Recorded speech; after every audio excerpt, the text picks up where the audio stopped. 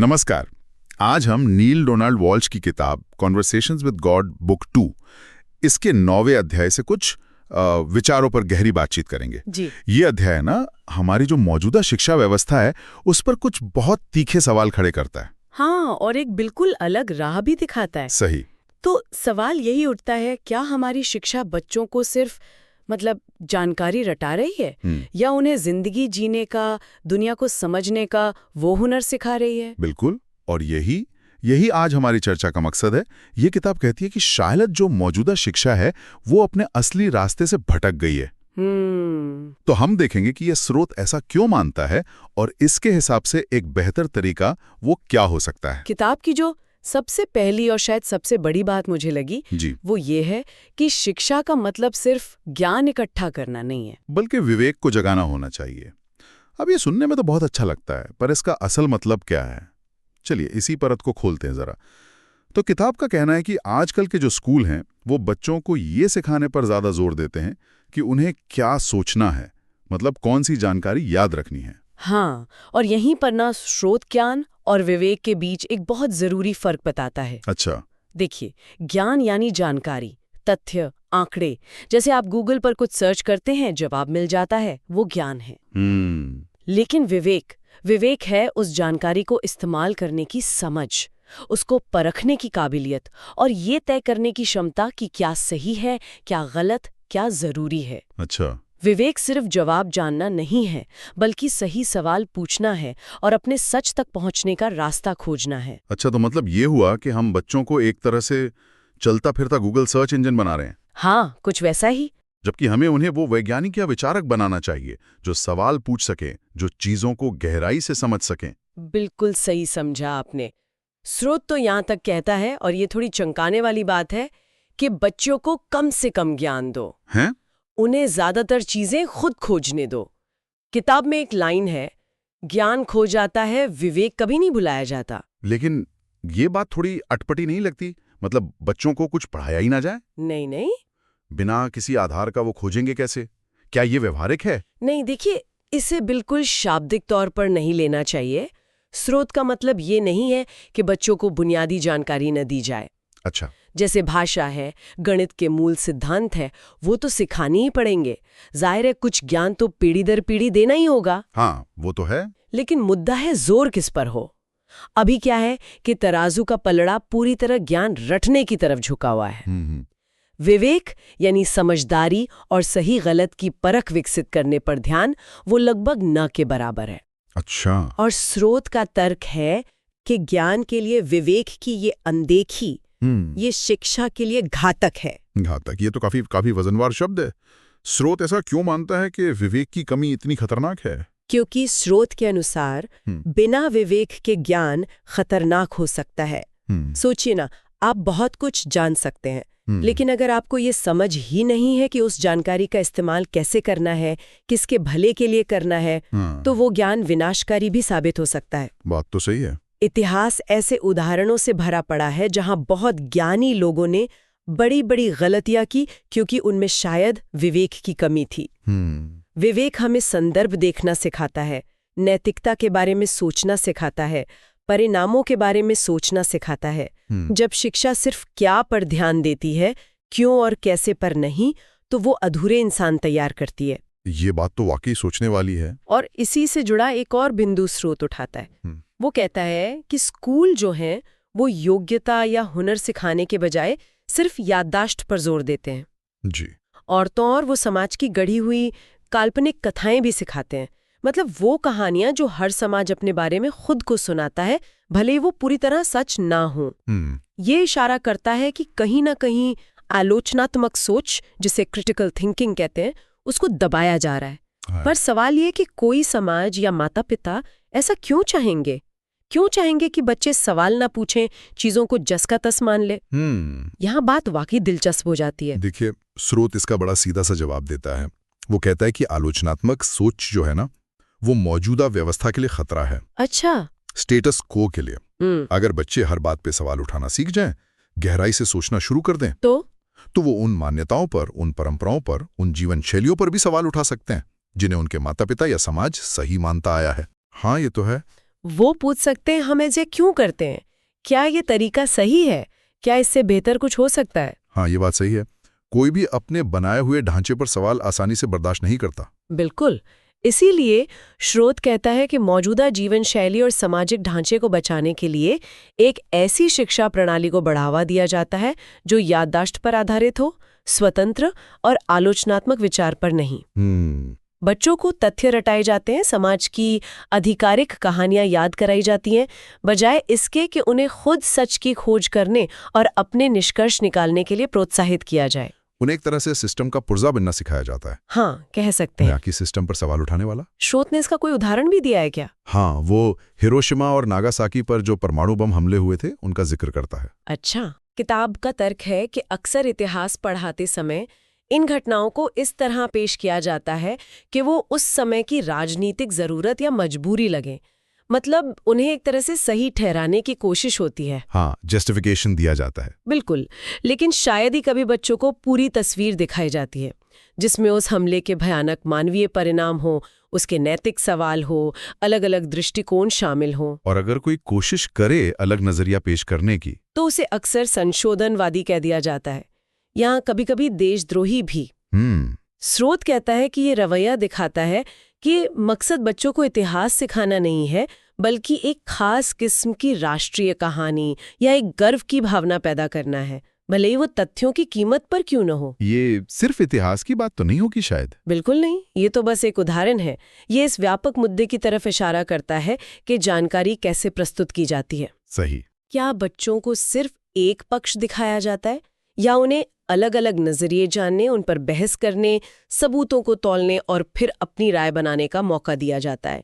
ये एक महत्वपूर्ण सवाल उठाता है कि शिक्षा का, खासकर इतिहास या सामाजिक विज्ञान पढ़ाने का असली लक्ष्य क्या होना चाहिए। जी। सिर्फ तयशुदा जवाब रटाना या सोचने समझने वाले नागरिक तैयार करना जो अतीत से सीख सके। लेकिन समाज में एक उल्टा तर्क भी तो है, और उसका जिक्र स्रोत में भी है। बहुत से लोग कहते हैं कि आजकल जो समाज में समस्याएं दिख रही हैं, जी, जैसे युवाओं में बढ़ती हिंसा है, अनुशासनहीनता है, मूल्यों का पतन हो रहा है, वो सब इन नए जमाने के विचारों की वजह से है। हाँ, ये सुनने में आता है। जहां बच्चों को ज्यादा छूट दी जा रही है, पारंपरिक मूल्यों और अनुशासन को भुला दिया गया है। ऐसे लोग अक्सर कहते हैं हमें पुराने जमाने की तरफ लौटना होगा, अपने पुरखों के मूल्यों को फिर से अपनाना होगा। ये आवाज काफी बुलंद है। हाँ, और स्रोत इस तर्क को सिरे से खारिज करता है। अच्छा। किताब कहती है कि दुनिया की समस्याएं इसलिए नहीं बढ़ी कि स्कूलों ने बच्चों को कुछ गलत सिखा दिया, जैसे आलोचनात्मक सोच या नए विचार। तो फिर क्यों है? बल्कि समस्याएं इसलिए हैं कि उन्हें बहुत कुछ सिखाने की अनुमति ही नहीं दी गई। क्या मतलब? स्कूलों को या समाज को बच्चों को बिना शर्त प्यार करना, खुद को स्वीकार करना, गहरी मानवीय आध्यात्मिकता जो धर्म से अलग हो सकती है, और सबसे जरूरी खुलकर और ईमानदारी से सोचना समझना सिखाने की जगह ही नहीं दी गई। तो स्रोत ये कह रहा है कि समस्या नए विचारों में नहीं है, बल्कि पुरानी पीढ़ी के पाखंड में। काफी हद तक स्रोत का तर्क है कि पुरानी पीढ़ियों का पाखंड, उनका छिपा हुआ गुस्सा, उनका भौतिकवाद, रिश्तों में ईमानदारी की कमी, शर्म और अपराध बोध का बोझ, ये सब युवा पीढ़ी देखती है। और जब बदलाव के लिए उनकी आवाज को अनसुना कर दिया जाता है, तो वो जाने अनजाने इसी पाखंड को अपना लेती है। अच्छा। अगर हम इसे बड़ी तस्वीर से जोड़ें, तो स्रोत ये बताता है कि युवाओं का व्यवहार असल में एक आईना है। आईना? हाँ, वो वही दिखा रहे हैं जो वो अपने आसपास अपने बड़ों में देखते हैं। वो चीख चीख कर कह रहे हैं कि राजा नंगा है। स्रोत एक बहुत असरदार सूची भी देता है उन चीजों की जो युवा पीढ़ी बड़ों से बंद करने के लिए कह रही है। जरा सोचिए, वो कह रहे हैं जी, पर्यावरण को बर्बाद करना बंद करो, कमजोरों का शोषण बंद करो, युद्ध और हथियारों पर बेतहाशा पैसा खर्च करना बंद करो, गरीबों और जरूरतमंदों की अनदेखी बंद करो, राजनीतिक झूठ और फरेब बंद करो, शरीर और सेक्स को लेकर शर्मिंदगी और दमन बंद करो, और हर समस्या का हल हिंसा से निकालना बंद करो। ये एक पूरी पीढ़ी की गुहार है। और जब ये गुहार अनसुनी रह जाती है, जब उन्हें लगता है कि व्यवस्था बदलने वाली नहीं है, तब क्या होता है? क्या होता है? स्रोत कहता है कि अगर युवा आपको हरा नहीं सकते, तो वो आपके जैसे बन जाते हैं। If you can't beat him, join him. ओहो। उनका व्यवहार आपके व्यवहार का ही प्रतिबिंब बन जाता है। अगर आज के युवा ज्यादा हिंसक लग रहे हैं, तो शायद इसलिए कि उन्होंने अपने बड़ों से हिंसा ही सीखी है, चाहे वो शारीरिक हो, मानसिक हो या व्यवस्थागत हो। अगर वो ज्यादा भौतिकवादी हैं, तो शायद इसलिए कि उन्होंने सफलता का यही पैमाना देखा है। बात तो सोचने वाली है। फर्क सिर्फ इतना है, जैसा स्रोत कहता है, कि युवा जो करते हैं ज्यादा खुलेआम करते हैं, जबकि बड़े अपने उन्हीं व्यवहारों पर पर्दा डाले रखते हैं। ये तो काफी गंभीर आरोप है पुलाली पीढ़ी पर। तो अगर मौजूदा तरीका काम नहीं कर रहा, तो इस स्रोत के हिसाब से शिक्षा का सही तरीका क्या होना चाहिए? हमें बच्चों को कैसे पढ़ाना चाहिए, क्या सिखाना चाहिए? स्रोत कुछ बुनियादी बदलावों की रूपरेखा देता है, और ये सिर्फ स्कूलों तक सीमित नहीं है, बल्कि बच्चे के पूरे परिवेश से जुड़े हैं। अच्छा। पहला और सबसे अहम बदलाव है बच्चे को देखने के नजरिए में। उसे सिर्फ एक दिमाग नहीं, बल्कि एक आत्मा के रूप में देखें जो एक शरीर में दुनिया का अनुभव करने आई है। और उसके शुरुआती अनुभवों के प्रति बहुत संवेदनशील रहें। शुरुआती अनुभव मतलब जन्म के बाद से ही? हाँ बिल्कुल, जन्म के बाद से ही दुनिया से उसका परिचय धीरे धीरे और कोमलता से कराएं। उसकी शुरुआती यादें प्यार की हों, सुरक्षा की हों, कोमलता की हों, न कि डर, चिल्लाहट या हिंसा की। अच्छा। स्रोत कहता है कि जीवन की शुरुआती यादें हमारे पूरे व्यक्तित्व की नींव रखती हैं। और क्या है इस नए नजरिए में? वो शरीर और कामुकता को लेकर शर्म की बजाय खुलेपन की बात भी थी शायद? बिल्कुल। बच्चों को उनके शरीर के बारे में, उनकी भावनाओं के बारे में और बड़े होने पर कामुकता के बारे में सहजता और ईमानदारी से बताया जाए, ताकि शर्म और अपराध बोध की भावनाएं जड़ ना पकड़ें। जी हाँ। और स्कूलों में वो जो गला काट प्रतिस्पर्धा होती है, हाँ, उसकी जगह हर बच्चे को अपनी रफ्तार से सीखने दिया जाए, और जिसमें उसे आनंद आता है, जैसे संगीत है, कला है, प्रकृति को जानना है, जीवन के रहस्यों पर सोचना है, उन चीजों को ज्यादा महत्व देने का सुझाव है। रटने पर जोर कम हो? हाँ, रटने पर जोर बहुत कम हो। तो फोकस रचने की बजाय किस पर हो? फोकस हो बच्चों के अंदरूनी क्षमताओं को बाहर निकालने और निखारने पर। कौन सी क्षमताएं? तर्क करने की क्षमता यानी लॉजिक, आलोचनात्मक ढंग से सोचने की क्षमता यानी क्रिटिकल थिंकिंग, चीजों को बनाने और रचने की क्षमता मतलब क्रिएटिविटी, और अपनी अंतरात्मा की आवाज सुनने की क्षमता यानी इंट्यूशन। अच्छा, इंट्यूशन भी? जी। स्रोत मानता है कि ये क्षमताएं हर बच्चे में होती हैं, जरूरत उन्हें दबाने की नहीं, जगाने की है। ये तो शिक्षा के पूरे उद्देश्य को ही बदल देने वाली बात है। क्या स्रोत किसी नए पाठ्यक्रम या सब्जेक्ट्स का भी सुझाव देता है? हाँ, और ये शायद सबसे क्रांतिकारी विचार है इस किताब का। क्या है वो? स्रोत एक ऐसे पाठ्यक्रम का प्रस्ताव रखता है जो पारंपरिक विषयों जैसे गणित, विज्ञान, इतिहास के इर्द गिर्द नहीं घूमता। तो फिर? बल्कि वो 3 मुख्य अवधारणाओं पर आधारित हो: जागरूकता, अवेयरनेस, ईमानदारी, ऑनेस्टी, और जिम्मेदारी, रिस्पॉन्सिबिलिटी। जागरूकता, ईमानदारी, जिम्मेदारी, ये विषय कैसे हो सकते हैं? यही तो खास बात है। स्रोत इन्हें सिर्फ नैतिक गुण नहीं मानता, बल्कि जीवन जीने के बुनियादी कौशल मानता है। अच्छा, कैसे? देखिए, जागरूकता मतलब खुद के प्रति जागरूक होना। मेरे विचार क्या हैं, मेरी भावनाएं क्या हैं, मेरा शरीर क्या कह रहा है। दूसरों के प्रति जागरूक होना, उनकी जरूरतें, उनकी भावनाएं क्या हैं, और पूरी दुनिया के प्रति जागरूक होना, समाज में, पर्यावरण में क्या हो रहा है। और ईमानदारी? ईमानदारी सिर्फ झूठ ना बोलना नहीं है, बल्कि अपने सच को जानना, उसे स्वीकार करना और उसे हिम्मत से व्यक्त करना। खुद के साथ ईमानदार होना, दूसरों के साथ ईमानदार होना।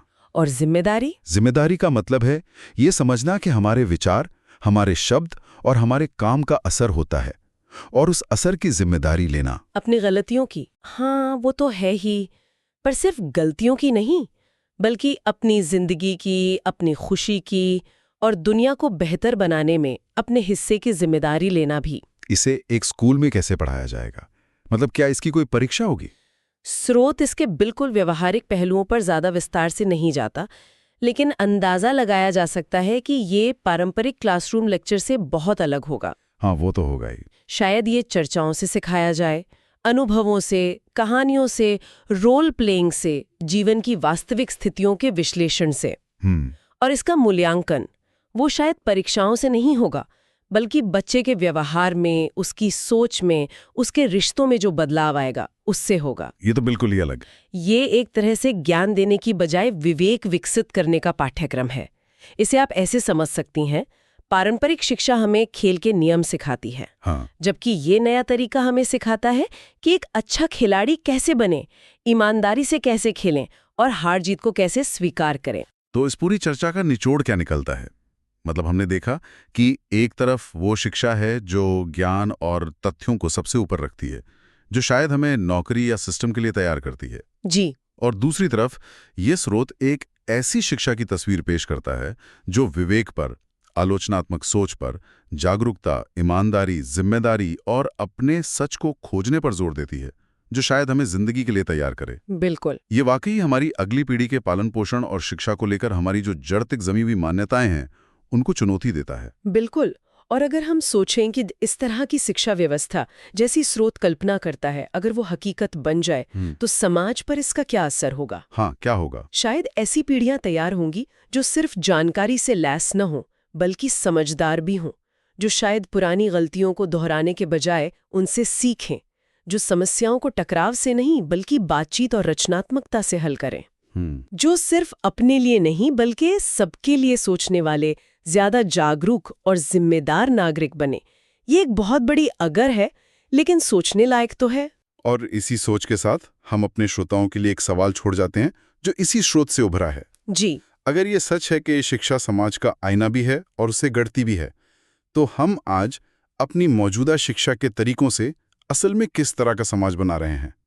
और अगर हमें इस स्रोत में दिए गए विचारों से प्रेरणा लेकर सिर्फ एक बदलाव करना हो अपनी शिक्षा व्यवस्था में, तो वो कौन सा एक बदलाव होगा जिसका सबसे गहरा और सकारात्मक असर पड़ सकता है? सोचते रहिएगा।